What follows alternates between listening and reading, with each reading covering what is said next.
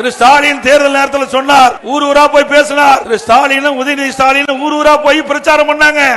திமுக ஆட்சிக்கு வந்தோடனே முதல் கையெழுத்து நீட் தேர்வு ரத்து.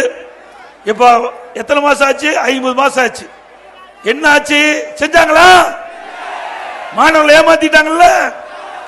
அதோட திரு உதயநிதி ஸ்டாலின் சொன்னார், நீட் தேர்வை ரத்து செய்வதற்கு ரகசியம் இருக்கிறார். இன்ன வரைக்கும் ரகசியத்தை பூட்டி வச்சிருக்காரு.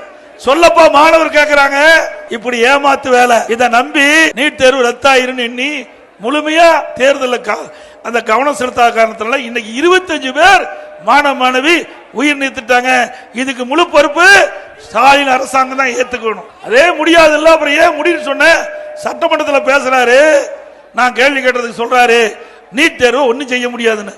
எத்தையா நாங்களும் சொன்னோம், எதான் நாங்களும் சொன்னோம். உச்ச நீதிமன்றத்தில் வழக்கு இருந்து தீர்ப்பு வந்துட்டு நாங்கள் செய்ய முடியாதுன்னு சொன்னோமே.